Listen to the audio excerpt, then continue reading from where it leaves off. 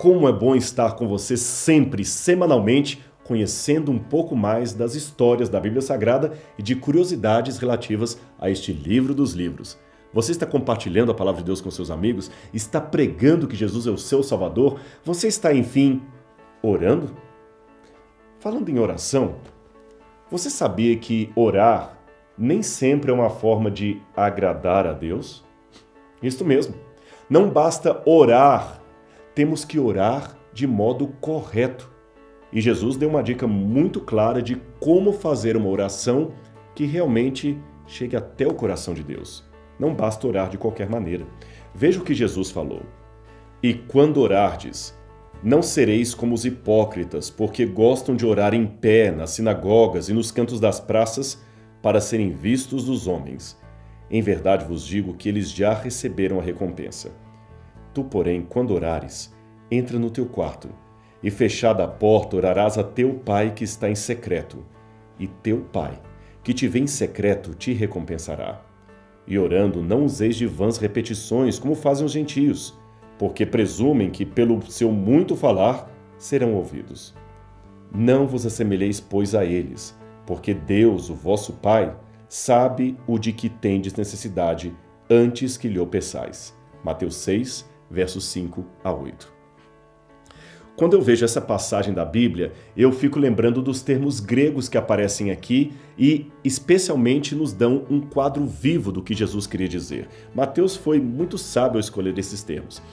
Jesus fala primeiro dos exibicionistas que gostam de ser vistos pelos homens. Literalmente, eles gostam, segundo Mateus, de teatenai. Teatenai é um termo grego curioso que deu origem ao vocábulo teatralismo. Em outras palavras, os que se exibem em orações públicas, cheias de piedade, estão apenas interpretando o papel de religiosos sem que o sejam de fato. O outro problema é a extravagância espiritual, que pode até levar à histeria. É que era comum na cultura do Oriente Médio elevar hinos ou preces de lamentação a Deus e isto às vezes era feito de um modo exagerado. Esse lamentar era expresso por um verbo grego antigo que eles diziam kopto. E se você olhar no dicionário, kopto significa cortar ou cortar-se a si mesmo, dependendo do modo verbal em que ele se encontra. Trata-se de um tipo fanático de emocionalismo que leva as pessoas a retalharem o próprio corpo a fim de expressar uma profunda angústia ou um descontrolado êxtase emocional. Um exemplo disto, você pode ver o comportamento dos profetas de Baal naquele embate com Elias. Eles estavam tão aflitos pelo silêncio do seu Deus que começaram a cortar o corpo com facas e lanças. Depois você pode ver isso na Bíblia em 1 Reis, capítulo 18, verso 28. Depois do sentimentalismo excessivo, Jesus passa a criticar a repetição desnecessária de preces decoradas sem nenhum sentido efetivo. A expressão grega batologein é uma forma verbal difícil de ser traduzida. O Dr. Robertson, que foi um dos mais famosos especialistas em língua grega do passado, explica esta expressão como sendo mera onomatopeia, ou seja, um mero blá blá blá.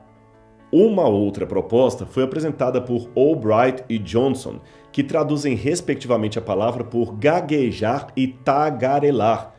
E tem mais um, Adam Clarke, que, na mais interessante explicação do termo, cita uma informação atribuída a Ceudas, onde o termo original seria batos, uma palavra mormente traduzida por gago e tagarela, mas que nos seus primórdios significava o nome de um homem que era compositor de hinos muito prolixos com desnecessárias repetições de ideias.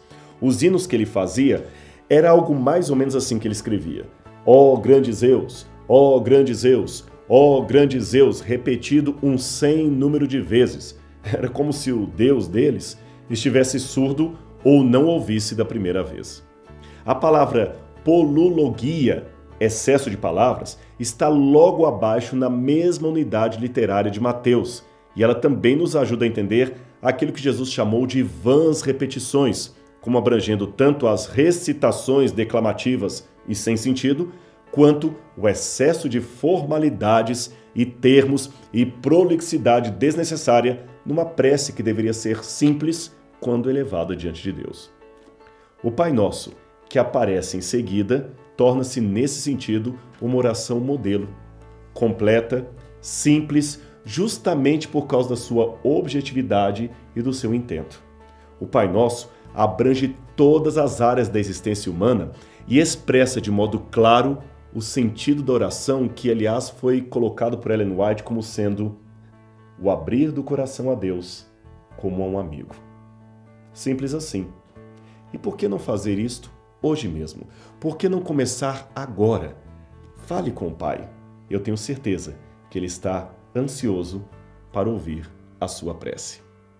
E não perca o nosso próximo encontro aqui no Você Sabia?